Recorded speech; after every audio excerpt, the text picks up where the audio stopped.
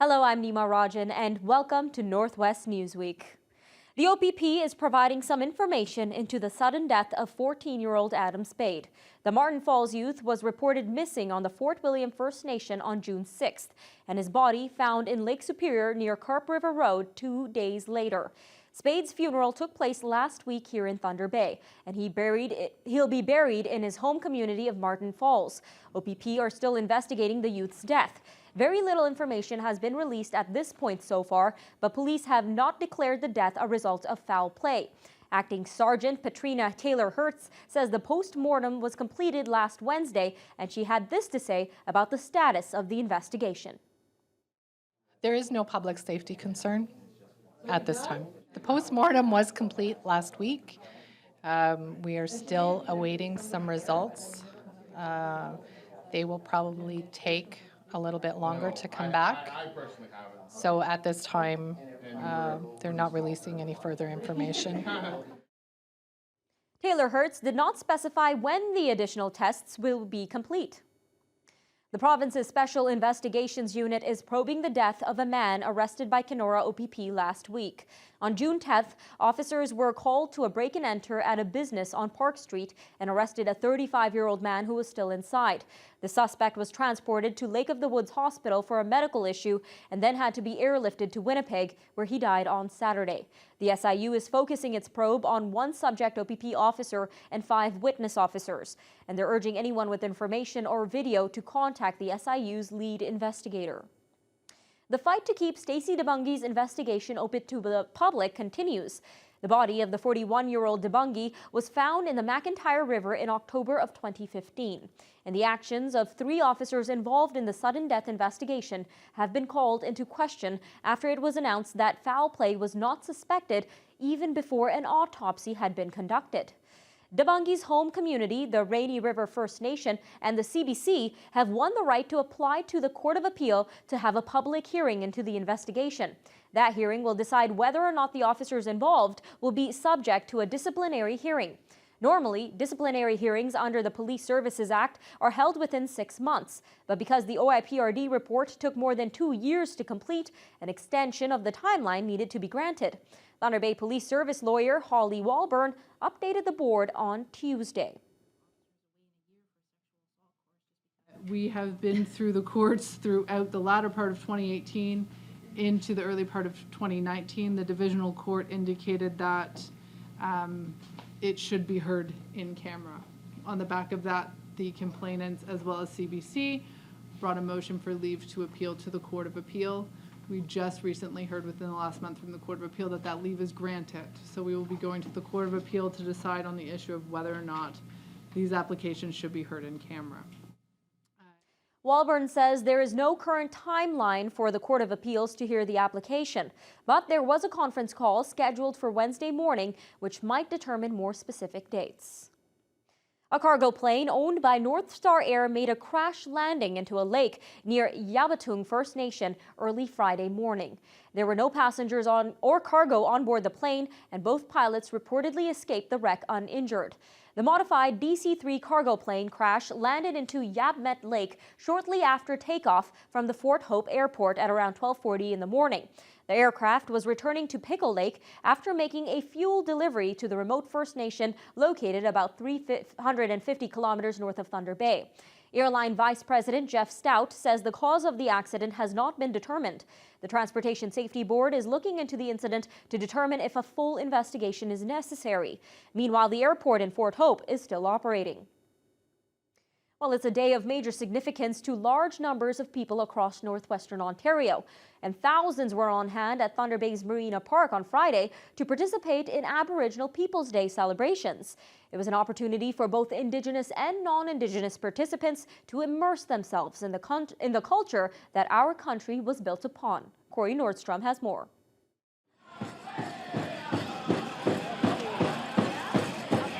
When we see these celebrations like this, that heartbeat of the drum, which is the heartbeat of our Mother Earth, it gets people together, gets people proud of who we are as Anishinaabe people. As Elder Beatrice Twants Hines says, National Indigenous Day is a day to feel good about oneself and their claims to this nation's heritage. something echoed by the chair of Thunder Bay's celebration. It allows my children to be proud of who they are and where they come from, and others' children as well. So for me, it instills great pride. With 5 busloads of school kids in attendance, that pride could be seen in the enjoyment they felt as they played games and took part in any of the many intertribal dances that allowed for audience participation. 17-year-old Cameron Tyance says for the non-Indigenous people who came out, it's an important way to build community with one another. I think it's really important because then it brings people together, but then also it's like a teaching experience, so you'll understand a little bit more about how it goes on and what happens here. After Prime Minister Justin Trudeau recognized that the disappearances and murders of Indigenous women and girls was an act of genocide, those here celebrating Indigenous Peoples Day at Marina Park saw it as a way towards healing for the Indigenous community. Indigenous people Canada-wide can see the shift taking place. We can see the intergenerational trauma being undone for some people, the hard work of organizations, the hard work of corporations, the hard work of school boards, all making that happen. Corey Nordstrom, TBT News. The Thunder Bay District Health Unit continues to make plans following the Ford government's decision to reduce the number of health units from 35 to just 10. The Board of Health held a meeting during the afternoon and looked at their current strategic plan and future budget in preparation for what may come next. The province plans to merge the District Health Unit and the Kenora-based Northwestern Health Unit into one agency for the entire region. The PCs are also cutting funding for many health unit services from 100% to 70%, and all the changes are expected to save $200 million. Despite that, the health units are mandated to offer the same programs after the merger, which will mean that surrounding municipalities will see a levy increase that will eventually fall to taxpayers. Health Unit CEO Dr. Janet DeMille says they're actively preparing their next budget, all while moving forward with their 2017 to 2020 strategic plan. She says that plan is already in line with their counterpart in the Kenora district. I think there's actually good synergies between the plans, and certainly we have a lot of the common issues and priorities, and so I would anticipate that if there was regionalization and a new regional board, that at some point we would be jointly developing a strategic plan for the region. Local consultations are expected to be held next month. However, DeMille says she has yet to hear from the Ministry of Health on the exact date. The OPP are reminding people to wear their life jackets when on area lakes after an American angler drowned near Red Lake. OPP were called Thursday after receiving a report about an overdue fisherman on Gull Rock Lake. Officers searched the area soon after, but were unsuccessful. The OPP's underwater search and recovery unit was brought in, and the man's body was recovered on Sunday. He's been identified as 51-year-old Douglas Massey of Jefferson City, Missouri. The Rocky Bay First Nation officially opened their Family Services office on Syndicate Avenue on Monday. The space will allow community members to have a place to go when they encounter a problem and need a familiar face to turn to. Indigenous leaders hosted a ribbon cutting to christen the building. Councillor Michael Hardy spearheaded the project. He spoke about what it will mean to a First Nation with nearly half of their membership residing outside of the Rocky Bay area, which is located between Nipigon and Beardmore. The service had been available for about 2 weeks and was already successful in returning 4 kids in care back to their homes. Support for where it's needed with the youth and with the families who are currently residing here, either for work, for education, or health reasons. They're here, so this adds an additional support for they can go meet the people who they know and they're related to and care about them in regards to ensuring that they're supported. To try and reunite families, to get them the help that they need in Thunder Bay, because city living is different from living in First Nation. So we just want to help people to navigate this city and the system and help them find programs that they can access. Hardy encourages other First Nations to turn to Indigenous Services Canada for help with funding to start their own offices to help off-reserve members. Overcrowding has become a very common problem in hospitals across the province, with political parties of all stripes declaring that they will end hallway medicine. But despite some overcapacity issues in Dryden, the hospital there managed to overcome a rigorous assessment with high marks. Adam Riley has the details. It's been some tough times at the Dryden Regional Health Centre as it has been experiencing high patient volumes, creating overcapacity issues and other challenges for the facility, according to hospital CEO Wade Petranek. We've had as high as like 59 patients, inpatients. We have 41 beds, so obviously that creates quite a challenge. And it creates system bottlenecks throughout our services. So when we're that over capacity, it's challenging to get our surgeries done and other things that need to be done. Petranek believes more preventative services are needed outside of the hospital, which often acts as a safety net for the community. So when there aren't enough resources in the community to support frail seniors or people with mental health and addictions issues, they come to the hospital for help. And fortunately, we're able to provide that, but certainly it's been very challenging for the staff. But despite the overcapacity issues, Petranek says the hospital received top marks on its recent assessment by Accreditation Canada, which graded the facility based upon 1,996 standards with a score of 99.6%. This isn't the first time the DRHC has scored this high on the assessment, and Petranek credits the staff for the success. It's everybody kind of working together, constantly looking for areas to improve, but also staying on top of the latest and greatest in medical technology and patient safety processes and other things. Adam Riley, TBT News. When we come back, Canadians will be heading to the polls this fall for the federal election, and we will meet some of the candidates looking to represent the Kenora riding.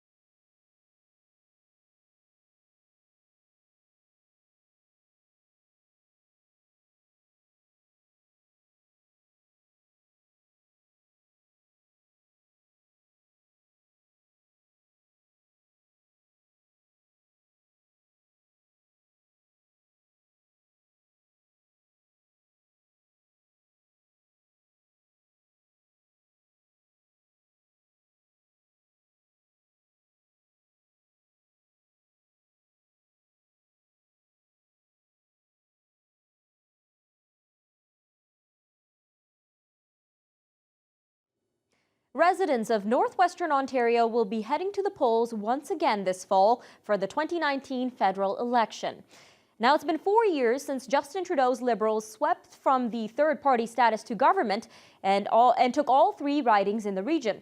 In the lead-up, some candidates in the Kenora riding have been chosen and are already trying to get their message to the electorate. Adam Riley reports. In October of 2015, Bob Nault returned to the political scene of northwestern Ontario and took the Kenora riding back from the Conservatives. Now, 4 years later, Nault says he's looking for a repeat. I wouldn't have made the decision to come back out of retirement in 2015 unless I thought that I was going to be around for a few terms or longer. Nault says lots of progress has been made on several projects and initiatives in the region, and believes having to either switch governments or representatives could stall further progress. You have to enjoy the people you represent, and enjoy the work and the thrill of getting things accomplished. Freedom Road's a good example of that. 20 of the highway would be a good example of that. Brand new healthcare hub in the region. That'll be exciting. Long-term care in Sioux Lookout. We got a lot of work to do, and we have a lot of need to partner with other governments. Nault adds he believes the country is going in the right direction and the economy is good, but it could use some improvement here in the north, which is what he hopes to accomplish should he be re-elected. And while the election is less than 6 months away, Nault is already facing competition from the Conservatives. After former MP Greg Rickford entered the provincial political arena last year, some new blood was needed. Enter Eric Melillo in his first political contest as a candidate. Now felt like the right time, just looking at what's happening nationally, but as well as locally. I believe we have a member who has failed to deliver a lot of results for our communities, and it's what's motivated me to get involved. Melillo has already been out and about in the riding, knocking on almost 1,500 doors and speaking with residents on many issues, many of which are frustrating ones from elections past. We're seeing a lot of the same political issues talked about every single election, and it's been 20 years of. We're talking about the highway, we're talking about Grassy Narrows, we're talking about all of these things that clearly aren't being addressed if we're talking about them again come this election. So that's another motivator for me. Officials with the NDP's Kenora Riding Association say they are still looking for a candidate to carry their party's banner into the upcoming fall election, which is slated for October 21st. Adam Riley, TBT News. Ontario Provincial Police arrested a Winnipeg woman on an airplane taxiway on Sunday, following a pursuit that ended with her vehicle crashing in a field at Sioux Lookout Airport. Police say that her actions forced the pilot of an approaching aircraft to divert quickly. Sioux Lookout OPP initially received reports of someone driving erratically at high speed and throwing garbage out the window on Highway 642 east of the town. Numerous attempts were made to stop the driver, but all failed. At one point, her vehicle nearly struck a police officer. Now, eventually, the 34-year-old drove through an access gate at the airport and approached the tarmac just as an aircraft was preparing to land. The fleeing motorist proceeded up a taxiway before exiting the vehicle while it was still moving, causing it to crash in an open field between the runway and the airport. Well, some good news for the city of Dryden and a proposed mining development located just west of the city. The Canadian Environmental Assessment Agency has released its draft report on a proposed gold mine east of Dryden, which has concluded that the mine is not likely to be a cause of significant adverse environmental effects.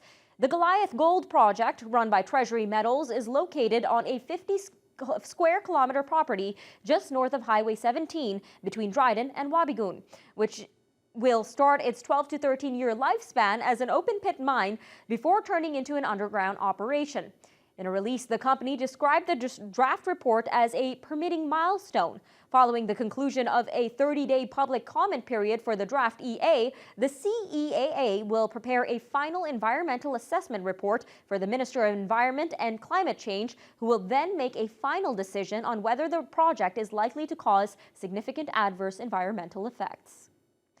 Some big changes for the Keewatin-Patricia District School Board on its administrative end. The board will be shuttering both its field office in Dryden and relocating its current office in Kenora to the Keewatin Public School by the year 2022. The new offices will occupy the second floor of the school, which is operating at 50% capacity. The move will supposedly save the board over $200,000 per year and will also allow the board to consolidate jobs within the organization. But they did not say how many jobs could be lost as a result. It will also act as a show of commitment to apply and secure funding for replacing Valley View Public School in Kenora. Police across the province will now be better equipped to help vulnerable people, particularly missing persons, thanks to a new partnership. OPP and MedicAlert have finalized an agreement that will allow police 24-hour access to information, wandering history, and triggers. These bracelets may help police when dealing with individuals who have a history of getting lost to allow for easier returns to family. With an aging population in Thunder Bay, Staff Sergeant Jason Bellinger says the Connect Protect service could greatly help in a number of situations that they regularly deal with on a daily basis. I experienced numerous missing persons events, especially a lot of people with mental health issues. When you come across somebody who's suffering dementia or Alzheimer's and they don't have any identification, they don't know where they are, they're confused and they're lost, it's very hard to return them to their loved ones or find out where they're missing from. Things like fetal alcohol syndrome, brain injuries, any sort of cognitive injuries. And you're right, the officers, once they're responding to a situation, they now have this as part of their toolkit to know what they're getting into. Kim Chan says 1 year of the service will cost subscribers $30. To sign up, you can visit the Thunder Bay Alzheimer's office or online by telephone. Coming up after the break, after 122 years, Dryden's community newspaper may have printed its last edition.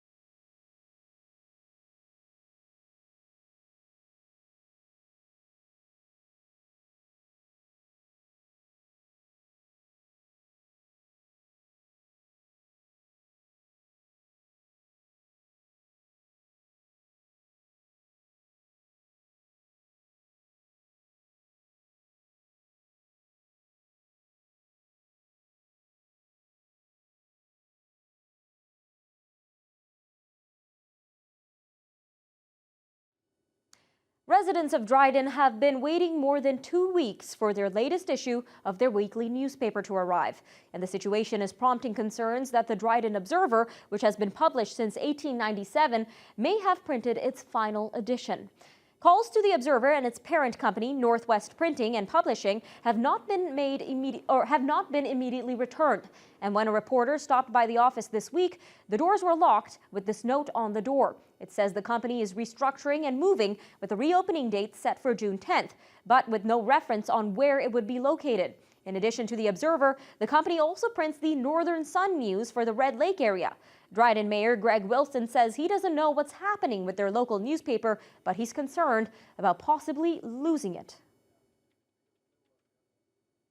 I would say in a broad sense, I think all of Canada should be concerned about what's happening with the media, with the demise of so many small local newspapers. But I think something's lost when community newspapers disappear from the landscape.